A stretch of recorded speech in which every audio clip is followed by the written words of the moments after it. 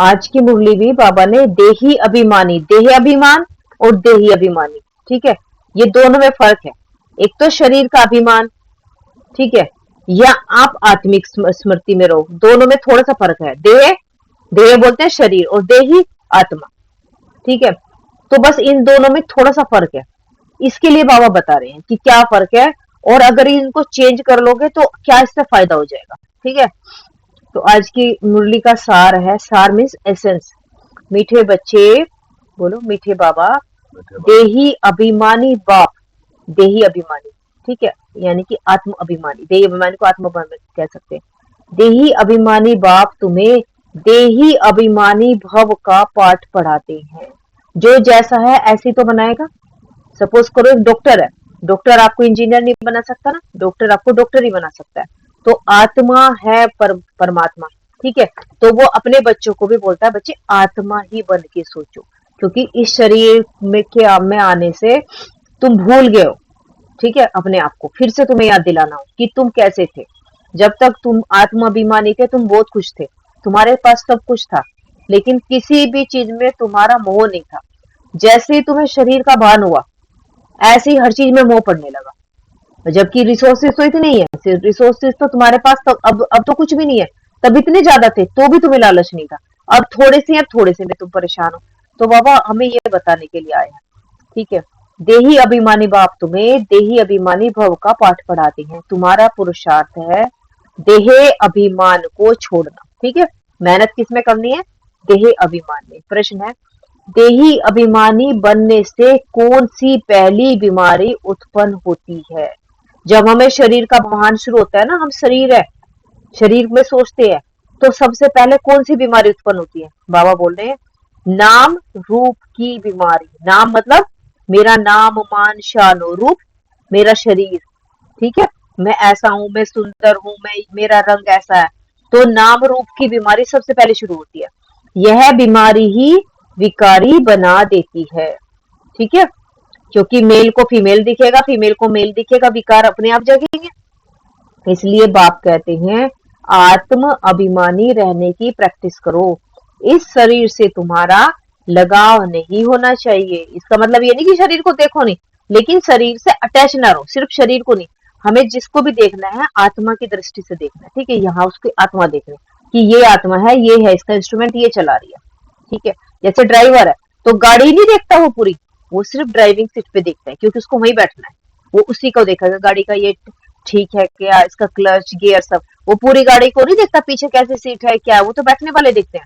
लेकिन जो ड्राइवर है उसका मेन काम क्या है, वो वही पे देखता है, ठीक है। तो हमें भी अपनी जो गाड़ी है ना, इसके ड्राइवर है आत्मा है, तो हमें भी यही देखना है, ठीक है।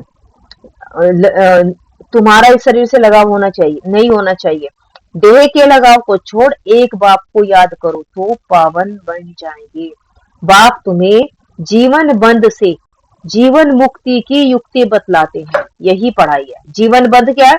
जीवन अभी भी है और जीवन सतयुग में भी होगा। लेकिन अब अगर किसी को बोलो कि अभी तुम्हें शरीर छोड़ना है, तो बहुत परेशान हो जाएगा कि कैसे छोड़ूंगा, क्या है, मेरा तो इतना कारोबार है, सेव है, फिर उसको जबरदस्ती छुड़वाते हैं शरीर। बाबा छुड़वाना तो पड़ता ही है, लेकिन कोई छोड़ना नहीं चाहता। और वो क्या है, सतयुग में जीवन को सेकंड में छोड़ देंगे, और कोई ना छोड़ने वाले को दुख होगा और ना जो उसका परिवार है उसको दुख होगा, ठीक है। तो इसको बोलेंगे जीवन रहते हुए जीवन से मुक्त, और अभी है हम जीवन बंधन में, ठीक है। छुट्टा तभी भी है, छूटेगा तब भी, लेकिन ये है फर्क, यही पढ़ाई है। ओम शांति।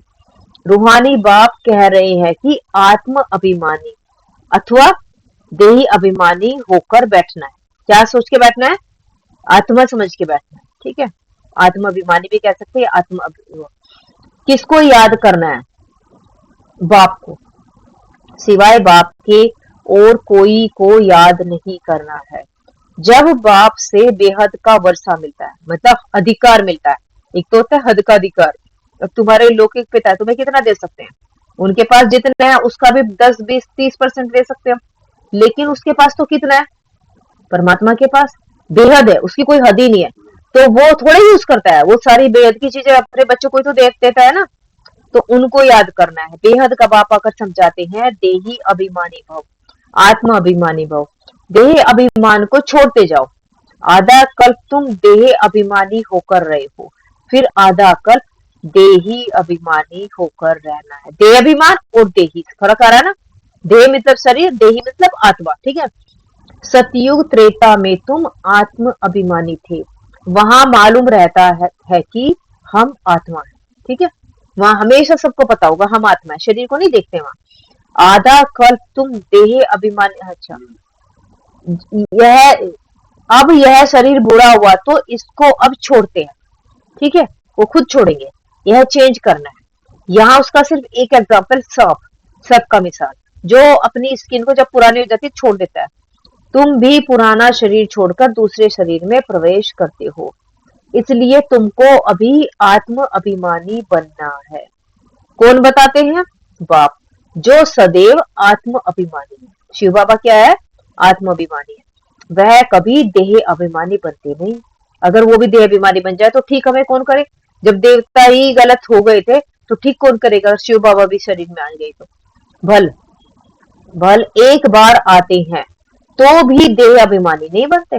बाबा आते जरूर है शरीर में, लेकिन अपना नहीं समझते, क्योंकि यह शरीर तो पराया लोन पर लिया हुआ है। इस शरीर से लगाव नहीं रहता, बाबा को नहीं रहता लगाव, ठीक है। लोन लेने वाले का लगाव नहीं रहता, जानते हैं यह शरीर तो छोड़ना है। बाप समझाते हैं, मैं ही आकर तुम बच्चों को पावन बनाता हूँ। तुम सतो प्रधान थे, फिर तमो प्रधान बन गए। सतो प्रधान होती है सबसे ऊंची श्रेष्ठ स्थिति, ठीक है। सत मतलब सत्य ही है सब कुछ, आपके अंदर सारी चीजें सत्य है, आपकी वाणी सत्य है, आपका कर्म सत्य है, और सत्य में भी सबसे टॉपेस्ट, ठीक है। और अब क्या है? अब लो में भी लोएस्ट, हर चीज आपको तब मतलब विकारी, बेकार, और उसमें भी बेकार में भी एक तो बेकार होते, एक बेकार में भी सबसे जो नीचे वाले बेकार होते हैं उसको बोलते हैं तमो प्रधान, ठीक है। अब तमो प्रधान बने हो। अब फिर पावन बनने के लिए तुमको अपने साथ योग सिखलाता हूँ। योग मतलब जुड़ना, क्योंकि जिससे जोड़ेंगे हम उसके जैसे हो जाएंगे, ठीक है। उसकी शक्तियां हमारे अंदर आ जाएंगी। जैसे एक तार को दूसरे तार में जोड़ा है तो लाइट आ जाएगी ना, करंट आ जाएगा ना। ऐसे ही बाबा एक सुपर लाइट है और हम आत्मा भी लाइट है। जब ये लाइट उस सुपर लाइट से मिलेगी तो चार्ज नहीं होगी, तभी तो चार्ज होगी। जब कनेक्शन नहीं जुड़ेगा तो आत्मा तो डिम होती चली जाएगी। तो चार्ज क्या है? एक लाइट दूसरी लाइट। शरीर में थोड़ी कुछ है, करंट कितना है आत्मा में, शरीर तो ऐसे ही है। जब आत्मा होती है तो शरीर का टेम्परेचर, ब्लड प्रेशर सब कुछ नॉर्मल आता है। जैसे आत्मा निकले तो फिर तो वो ठंडा पड़ जाता है, बोलेंगे अब तो मर गया, अब इसको वो कर दो। तो क्या है? करंट किससे? आत्मा से। और आत्मा का करंट का जो चार्जर है, चार्जिंग पॉइंट है हमारा परमात्मा, ठीक है। जब हम उससे चार्ज होते हैं, उसको याद करते हैं, याद करने से ही उसका करंट वाइब्रेशन, जैसे फोन को हमेशा थोड़ी यहाँ से हम सेंसर से कर रहे हैं ना, एसी चला रहे हैं ना, यहीं से चला रहे हैं ना, उसमें थोड़ी जाके कर रहे हैं। तो ऐसे जब ये वाली वाइब्रेशन इंसान ने जो बनाई ये काम कर सकती है, तो जो परमात्मा और आत्मा की वाइब्रेशन नहीं काम करती है, ठीक है। तो योग अक्षर न कह है, योग अक्षर न कह, यह कहना ठीक है, याद सिखलाता हूँ। बच्चे बाप को याद करते हैं, अभी तुमको भी बाप को याद करना है। आत्मा ही याद करती है। जब रावण राज्य शुरू होता है तो तुम बच्चे देह अभिमानी बन पड़ते हो। रावण ही आके भक्ति सिखलाता है। यदि जैसे ही 5 विकार आते हैं तो भक्ति शुरू हो जाती है। भक्ति में क्यों बोला जाता है? अभी आपने इसका एग्जाम्पल देख भी सकते हो, मंदिरों में जब जाते हैं ना, बड़े बड़े मंदिरों में जो पुजारी हैं, उतना उनके अंदर देह अभिमान है, बहुत घमंड रहता है।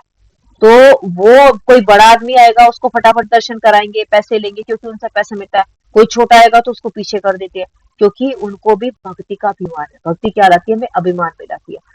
तो तुम बच्चे देही अभिमानी बन पड़ते हो, फिर बाप आकर आत्म अभिमानी बनाते हैं। देही अभिमानी बनने से नाम रूप में फंस पड़ते हैं, ठीक है, विकारी बन जाते हैं। नहीं तो तुम सब निर्विकारी थे। बाबा बोल रहे हैं कि तुम कैसे थे, तुम्हारे अंदर विकार नहीं थे, लेकिन तुम्हें भी नाम और रूप का जैसे ही आया तो तुम भी विकारी बन गए। फिर पुनर्जन्म लेते लेते विकारी बन जाते हैं। ज्ञान किसको, भक्ति किसको कहा जाता है, यह तो बाकी समझाते हैं, ठीक है। भक्ति शुरू होती है द्वापर से, जबकि 5 विकारों रूपी रावण की स्थापना होती है, ठीक है। किसकी स्थापना होती है? रावण की, द्वापर से, तभी भक्ति शुरू होती है, ठीक है। भक्ति मतलब विकार शुरू हो गए। भारत में ही राम राज्य और रावण राज्य कहा जाता है। भारत में, ठीक है। परंतु यह नहीं जानते कि कितना समय राम राज्य और कितना समय रावण राज्य चलता है। इस समय सभी तमो प्रधान पत्थर बुद्धि है, ठीक है, क्योंकि पत्थरों को ही पूज रहे हैं हर जगह। पत्थर की मूर्ति बनाया, पूज लिया, लेकिन वो पत्थर अगर चैतन्य में आके कुछ बताना चाहते हैं तो उनकी सुनना नहीं चाहते, ठीक है। बस पत्थर, क्योंकि पत्थर बोल नहीं सकते ना, जब बोलते हैं तो भगवान की बात थोड़ी मान रहे हैं, लेकिन जब पत्थर बोल नहीं सकते तो चुपचाप अपना चढ़ा देते हैं जो उनको चढ़ाना, जो भी उनका मन कर रहा है, और वो भी अपने लिए चढ़ाते हैं। ऐसा थोड़ी कि किसी को कुछ दे रहे, जो भी चढ़ा रहे अपना ले आते हैं घर वापस। पैदा ही भ्रष्टाचार से होते हैं, इसलिए इसको विशेष वर्ड कहा जाता है, ठीक है। विकारी दुनिया, नई दुनिया और पुरानी दुनिया में रात दिन का फर्क है। जैसे रात और दिन अलग अलग है ना, जमीन आसमान का फर्क है ना, तो ऐसे नई दुनिया जो सतयुग था और ये पुरानी दुनिया, इसमें फर्क है। नई दुनिया में सिर्फ भारत ही था, है ना। सतयुग में क्या था, सिर्फ भारत ही था, और कोई खंड कुछ भी अलग नहीं हुआ था, सिर्फ भारत ही था। भारत जैसा पवित्र खंड कोई बन नहीं सके, फिर भारत जैसा अपवित्र भी कोई नहीं बनता। भारत इतना पवित्र नहीं है, लेकिन कंट्रास्ट किस में देखा जाता है, कंट्रास्ट है कि कितना पवित्र था। जो बाकी जो भी देश जो खंड बने हैं ना, वो तो बाद में आए, जब दुनिया पतित हो गई थी।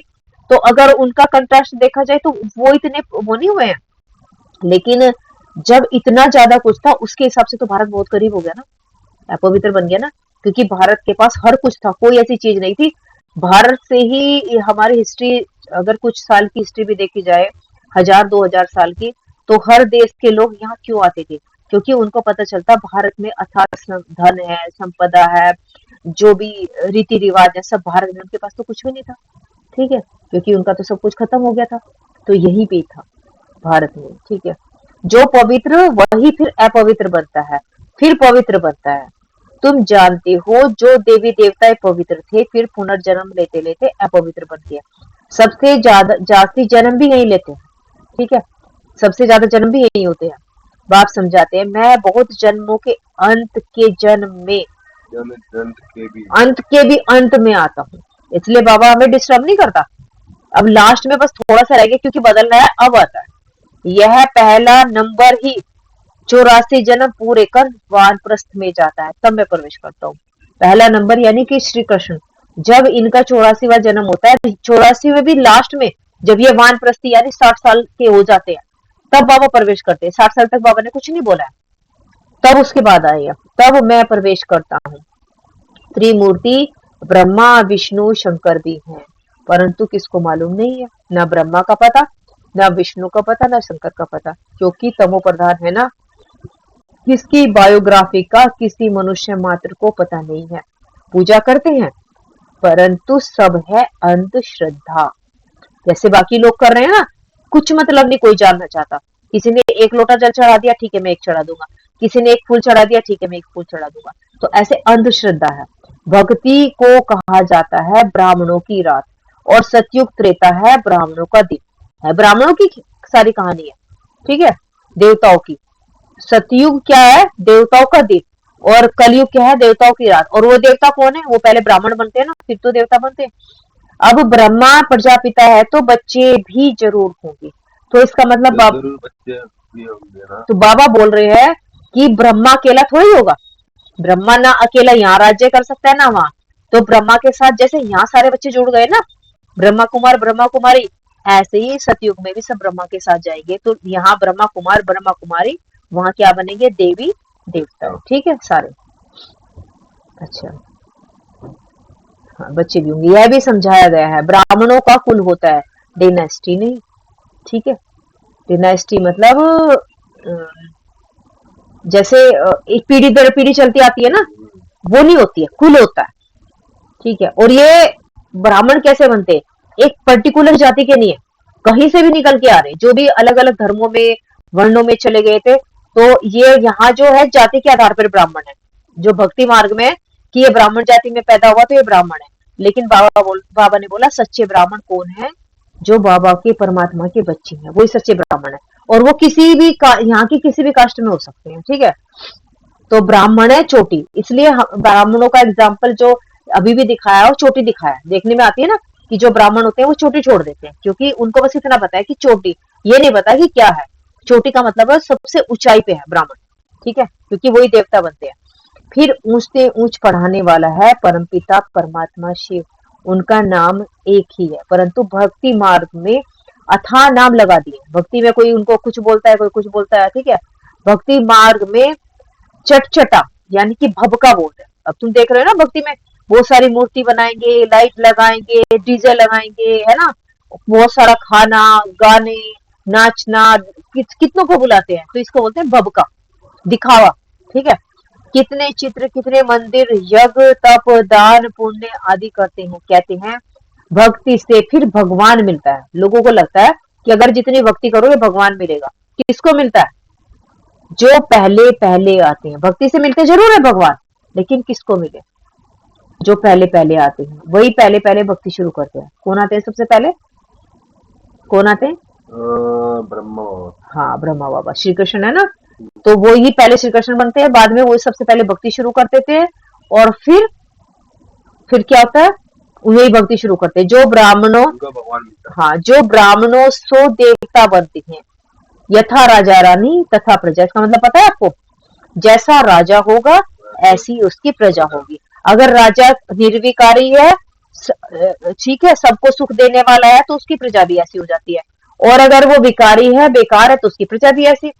तो ये कैसे बनेंगे? सर्वगुण संपन्न, सारे गुण होंगे जो बाबा बना रहे हैं।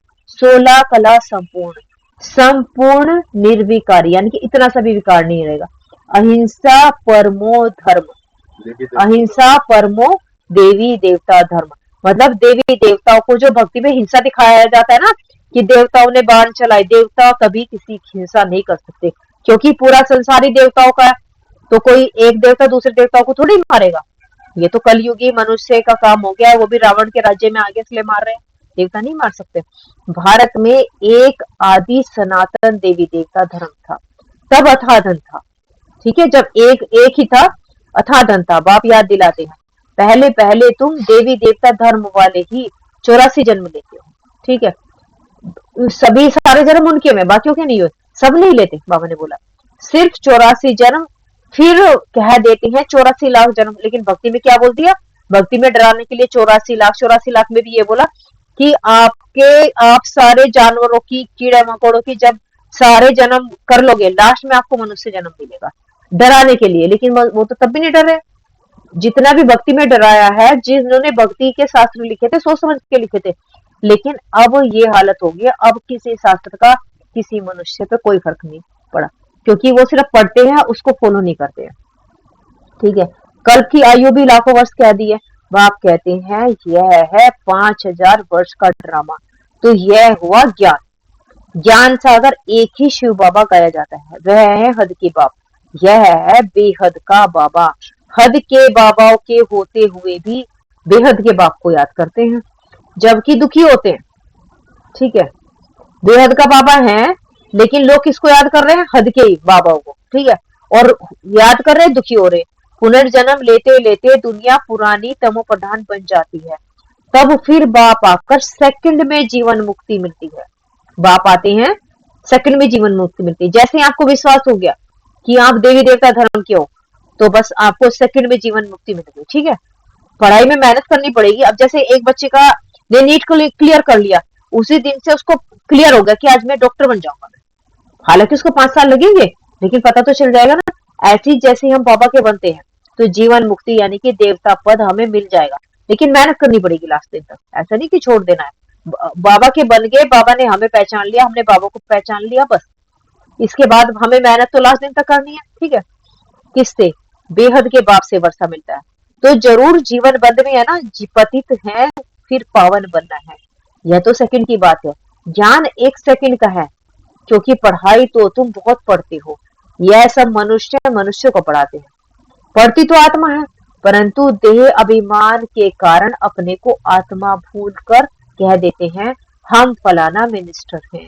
जैसे बाबा के घर में भी आते थे ना, तो बोलते थे आप कौन हो, तो ये नहीं बोलते थे कि हम आत्मा है। बाबा के बच्चे बोलते हम ये मिनिस्टर है। यह वास्तव में आत्मा, आत्मा मिस्टर मिसेज के तन में पाठ बजाती है। मेल के तन में होगी तो मिस्टर, फीमेल के तन में होगी तो मिसेज। यह भूल जाते हैं, नहीं तो आत्मा ही शरीर से पाठ बजाती है। कोई क्या बनते, कोई क्या बनते हैं। बाप समझाते हैं अभी यह पुरानी दुनिया बदल नहीं बनती है, वर्ल्ड की हिस्ट्री ज्योग्राफी फिर रिपीट होती है। हिस्ट्री ज्योग्राफी का मतलब आपको पता है? हिस्ट्री मतलब कहानी, ज्योग्राफी मतलब जैसे जैसे पूरा संसार अभी छितरा छितरा हो रखा है ना, यहाँ ये देश, यहाँ ये देश, यहाँ ये पानी, तो ज्योग्राफी भी चेंज होगी। हिस्ट्री नहीं जो खाली चेंज होगी, ज्योग्राफी, ज्योग्राफी भी मतलब एक जगह इकट्ठी होगी पृथ्वी, जहां ये भारत खंड बनेगा, बाकी अलग अलग द्वापर से फिर अलग होंगे, अभी नहीं होंगे, द्वापर से फिर से एक महापरिवर्तन होगा, फिर अलग होंगे, ठीक है। अच्छा, रिपीट होगी। नई दुनिया है सतो प्रधान, घर भी पहले नया होता है तो कहेंगे सतो प्रधान, फिर पुराना जड़ जड़ीभूत तमो प्रधान हो जाता है। जड़ जड़ीभूत मतलब बिल्कुल खोखरा। इस बेहद के नाटक व सृष्टि चक्र की नॉलेज को समझना है, क्योंकि यह पढ़ाई है, भक्ति नहीं है। भक्ति को पढ़ाई नहीं कहा जाता, क्योंकि भक्ति में एम ऑब्जेक्ट कुछ भी नहीं, ये समझने की बात है। जैसे आप भक्ति करते हो, हर किसी चीज का ऑब्जेक्ट होता है। अब जैसे आप पढ़ाई कर रहे हो तो आपका ऑब्जेक्ट क्या है कि मुझे इंजीनियर बनना है, इंजीनियर बन के अच्छे पद पे जाऊंगा, मुझे सैलरी मिलेगी, ठीक है, फिर मैं अपना घर चलाऊंगा। ऐसे ही हर चीज का कुछ ऑब्जेक्ट होता है। भक्ति में क्या ऑब्जेक्ट है? भक्ति में है कुछ कि आप क्या बनोगे? भक्ति में कोई ऑब्जेक्ट नहीं। जाना, एक जो किसी ने लिखी कहानी, किसी ने तो लिखी है, वो जो भी कहानियां लिखी है उनको पढ़ना, घंटी बजाना और आ गए, बस भगवान के ऊपर एहसान करके आगे, हमने आपको घंटी सुना दी, बस आप हमारा देख लेना, सब कुछ कर देना। तो ऑब्जेक्ट तो नहीं है, बिना ऑब्जेक्ट के आप कैसे चलोगे? आप सपोज करो रोज पढ़ो और आपको ना तो नेक्स्ट क्लास में प्रमोट किया जाए, ना आपको जॉब मिले, तो आपको अच्छा लगेगा? क्यों कर रहे हो आपको मैंने? तो भक्ति भी सेम ऐसे ही है, भक्ति में कोई ऑब्जेक्ट नहीं है, बस कर रहे हैं। लोग लोगों को डराते हैं, वो डरते हैं, आते हैं, दान दे जाते हैं, तो चल रहा है। और जो जिसको दान दे रहा है वो भी तमो प्रधान, और जो कर रहे हैं वो भी तमो प्रधान। ये भक्ति है, ठीक है। आगे करो। भक्ति में एम ऑब्जेक्ट कुछ नहीं, जन्म जन्मांतर वेद शास्त्र आदि पढ़ते रहो, यहाँ तो दुनिया को बदलना है। सतयुग त्रेता में भक्ति नहीं, ठीक है। भक्ति शुरू होती है द्वापर से, तो यह बाप रूहानी बच्चों को बैठ समझाते हैं, इसको कहा जाता है रूहानी नॉलेज। रूहानी मतलब रूह, रूह मतलब सोल, सोल सोल को पढ़ाते हैं, इसलिए नॉलेज भी ये सोल वाली नॉलेज है, ठीक है। अथवा रूहानी ज्ञान, रूहानी नॉलेज कौन सिखलाएगा? सुप्रीम रूह, यानी कि परमपिता परमात्मा ही सिखलाएगा। वह तो सभी का है ना, लौकिक बाप को कभी परमपिता नहीं कहेंगे, ठीक है। पारलौकिक बाप को परमपिता कहा जाता है, क्योंकि पार वतन में रहना हुआ है, सबका है वो एक का नहीं। भगवान ऐसा नहीं कहता मैं सिर्फ इसका हूँ, तुम्हारा नहीं है, सबका बाप है, इसलिए उसको परमपिता कहा जाता है। लेकिन जैसे लौकिक पिता है वो तो एक के ही होंगे ना, ये दो के होंगे या तो तीन बच्चों के। अगर सब बच्चे उसको पापा कहेंगे तो उसको खुद ही बुरा लगेगा कि मुझे सब पापा की बोले, इसका मतलब मेरा चरित्र खराब है। वह है परम धाम का रहने वाला। बाप को याद भी ऐसे करते हैं, हे गॉड फादर, हे ईश्वर। वास्तव में उनका नाम है एक, परंतु भक्ति मार्ग में अनेक नाम दे दिए हैं। भक्ति का फैलाव बहुत है, फैली हुई है भक्ति बहुत। जैसे एक ही कहानी हर अलग अलग प्रदेश में अलग अलग तरीके से होती है, ठीक है। वह सब है मनुष्य मत।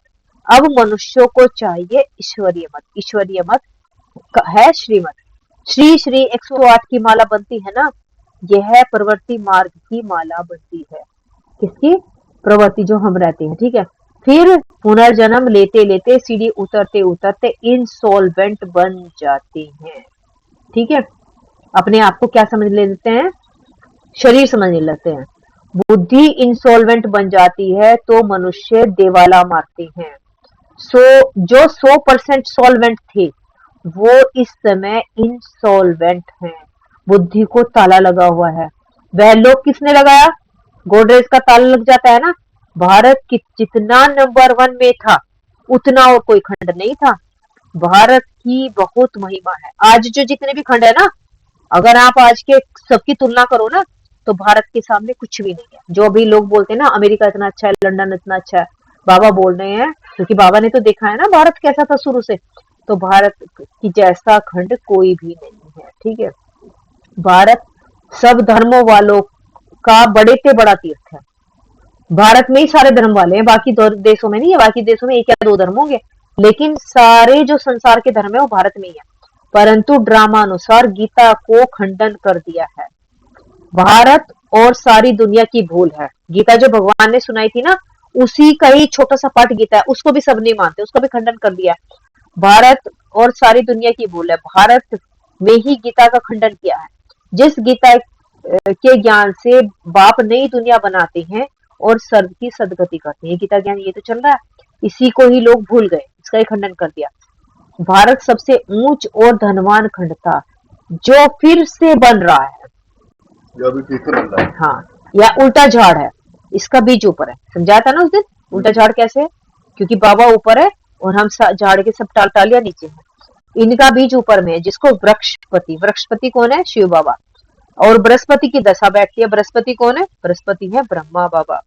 क्योंकि जब शिव बाबा ज्ञान देंगे ब्रह्मा के द्वारा, तो ब्रह्मा की, जैसे भक्ति में दिखाते हैं ना, किसी को कुछ चाहिए होता है तो ब्रह्मा की तपस्या कर देते, है ना।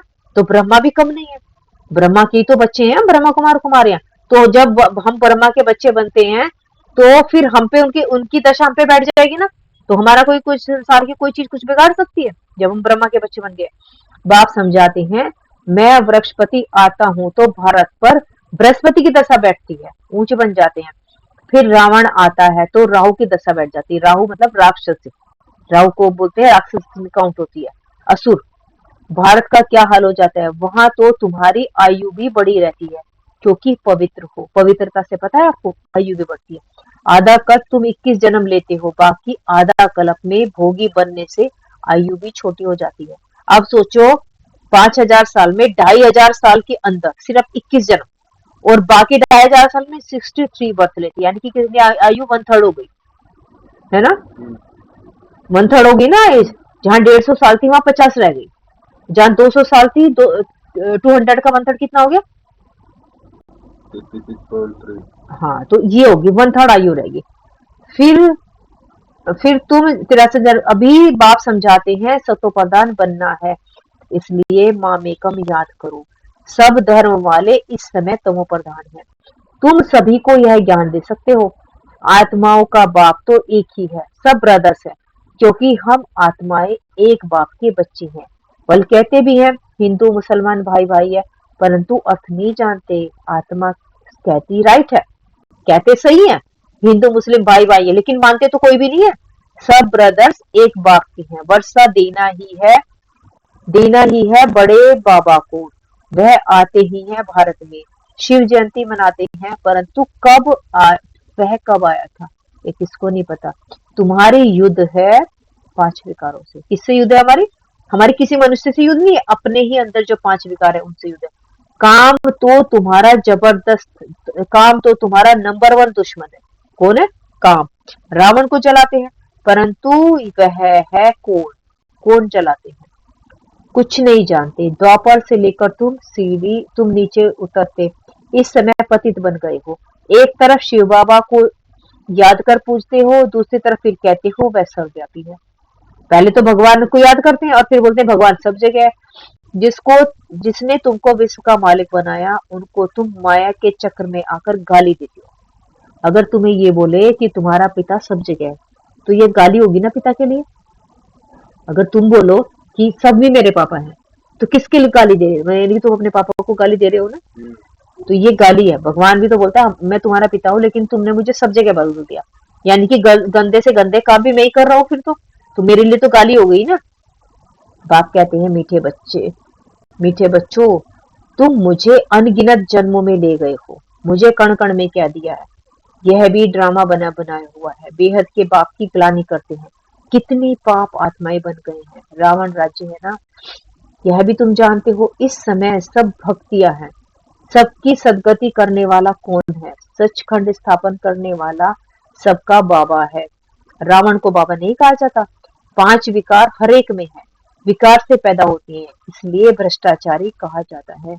देवताओं को कहा जाता है संपूर्ण निर्विकारी, अभी है संपूर्ण विकारी। जो पूज्य है फिर वही देवता जो पूज्य हैं वही फिर पुजारी बनते हैं। वह कह देते हैं आत्मा सो परमात्मा। बाप कहते हैं यह भूल है। कुछ लोग ये भक्ति में ये भी कहते हैं ना कि आत्मा ही परमात्मा है, बोलते ये भूल है।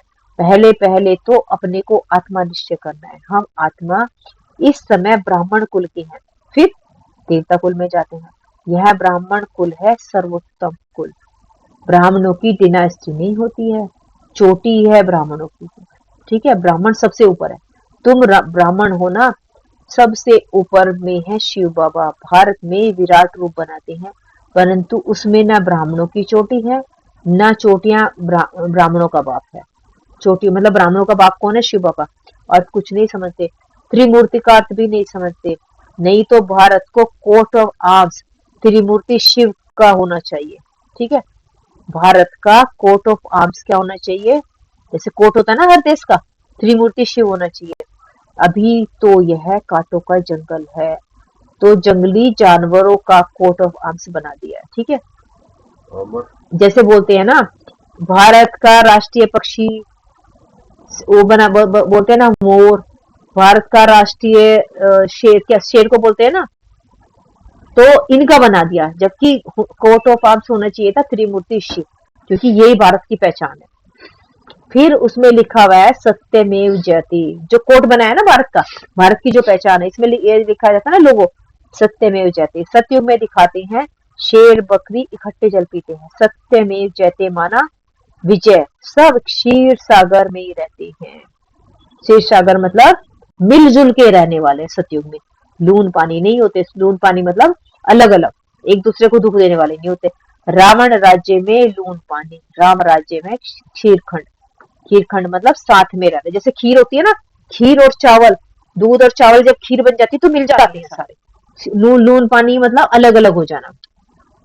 ठीक है, इनको कहा जाता है कांटों का जंगल।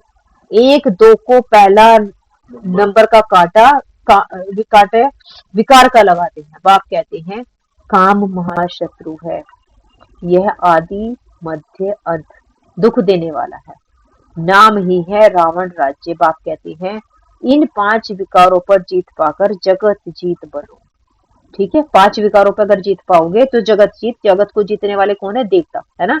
या अंतिम जन्म निर्विकारी बनो। तुम कि तमो प्रधान पतित बनते हो, फिर सतो प्रधान पावन बनो। गंगा कोई पतित पावनी नहीं है। शरीर का मैल तो घर के पानी से भी उतार सकते हो। ठीक है, आत्मा तो साफ नहीं हो सकती। भक्ति मार्ग में कितने ढेर के ढेर गुरु हैं। सतगुरु तो एक ही है, सदगति करने वाला। सुप्रीम बाप भी है, सुप्रीम टीचर भी है, सुप्रीम सतगुरु भी है। एक ही है जो तीनों काम करता है। वही तुमको सृष्टि के आदि मध्य अंत की नॉलेज सुनाते हैं। अच्छा, मीठे मीठे सिकलते बच्चों प्रति माता पिता बाप दादा का याद प्यार। Good morning. रूहानी बाप की रूहानी बच्चों को नमस्ते। हम रूहानी बच्चों की रूहानी बाप को नमस्ते। बाबा शुक्रिया बाबा। धारणा के लिए मुख्य सार, मतलब ये बातें आपको याद रखनी है, अपनी बुद्धि में धारण करनी है। सतो प्रधान बनने के लिए, अगर आपको सतो प्रधान बनना है तो सिवाय बाप के और कोई भी या कोई को भी याद नहीं करना है। और कोई भी मतलब मनुष्य मात्र को। ऐसे नहीं कि अपनी पढ़ाई अपने काम को नहीं याद करो, वो तो करना है, लेकिन जो हमारी बुद्धि बार बार मनुष्यों में जाती है ना, ये मेरा दोस्त, ये मेरा रिश्तेदार, उसमें नहीं फंसना है। देही अभिमानी बनने की प्रैक्टिस करनी है। ठीक है, बार बार अपने आप को आत्मा समझना है। नंबर 2 है शीरखंड होकर रहना है, मतलब मिलजुल के रहना है सबसे। ठीक है, इस अंतिम जन्म में विकारों पर विजय प्राप्त कर जगत जीत बनना है। अच्छा, इसमें देखो क्या फर्क है। बाबा ने बोला है सिवाय एक बाप की याद भी किसी को नहीं करना है, और सेकंड नंबर में बोला है सबसे मिलजुल के भी रहना है। तो कैसे मिलना है? आत्मिक रूप से मिलना है, शारीरिक रूप से नहीं मिलना। आत्मिक रूप से सबको अपना भाई भाई समझना है। अगर सबसे अलग हो जाओगे तो फिर किसको कैसे पावन बनाओगे, औरों को कैसे मदद करोगे? ठीक है, वैसे बाप को याद करना है सो तो प्रधान खुद के लिए और बाकियों को समझाने के लिए उनसे भी अच्छे संबंध रखने। ठीक है, ऐसे इस अंतिम जन्म में विकारों पर विजय प्राप्त कर जगत जीत बनना है। वरदान है जो बाबा हमें दे रहे हैं आज। बाप की छत्र छाया में सदा मौज का अनुभव करने और कराने वाली विशेष आत्मा भाव। बाबा की हमारे सर पे बाबा की छत्र छाया है, हम उनके नीचे सेफ है। तो कैसे सेफ है? बाबा वरदान दे रहे हैं जहां बाप की छत्र छाया है वहां सदा माया से सेफ है। अगर आप बाबा के साथ रहोगे, जब आप योग करते हो ना, तब आपको कोई माया आती है? किस तरह के विकार नहीं आते ना, क्योंकि माया भी बाबा से डरती है। जहां बाप की छत्र छाया है वहां माया से सेफ हो। छत्र छाया के अंदर माया आ नहीं सकती। मेहनत से स्वतः दूर हो जाएंगे, मतलब आपको बाबा को याद करने की फिर मेहनत नहीं करनी पड़ेगी। मौज में रहेंगे क्योंकि मेहनत मौज अनुभव करने, न्यूज का अनुभव करना। हाँ, मौज में रहेंगे क्योंकि मेहनत मौज का अनुभव करने नहीं देती। मेहनत जब लगती है ना, छत्र छाया में रहने वाली ऐसी विशेष आत्माएं ऊंची पढ़ाई पढ़ते हुए भी मौज में रहती हैं। ठीक है, चाहे आप कितनी भी हाईली एजुकेशन करो, लेकिन आपके साथ अगर बाबा की याद रहेगी तो मौज में रहोगे। ठीक है, क्योंकि वेस्ट नहीं होगा, वेस्ट नहीं होगा तो वेस्ट अपने आप ही हो जाएगा। आपके अंदर शक्ति तो बहुत है, लेकिन शक्ति कौन खींच लेता है? शक्ति हमारे विकार और वेस्ट खींच लेता है। लेकिन जब बाबा का साथ होगा, बाबा का आशीर्वाद होगा, बाबा की छत्र छाया होगी, ठीक है, बाबा आत्मा में बाबा होंगे, तो ये पढ़ाई भी अच्छे से करोगे, बाबा को याद भी रहेगी। ठीक है, क्योंकि उन्हें निश्चय है कि हम कल्प कल्प के विजय हैं, पास हुए पड़े हैं, हमें तो जाना ही है सतयुग में, हम तो पास हुए पड़े हैं। तो सदा मौज में रहेंगे और दूसरों को मौज में रहने का संदेश देते रहो, यही सेवा है। ठीक है, स्लोगन है, जो ड्रामा के राज को नहीं जानते वही नाराज होता है। ये जो ड्रामा चल रहा है ना सृष्टि चक्र का, ये कैसे शुरू हुआ, कैसे खत्म होगा, कैसे बाबा आते हैं, जो इस राज को नहीं जानते हैं वो बार बार नाराज होते हैं। ठीक है, वो क्योंकि वो लौकिक दुनिया को ही सच्चाई समझते हैं। अच्छा, ओम शांति।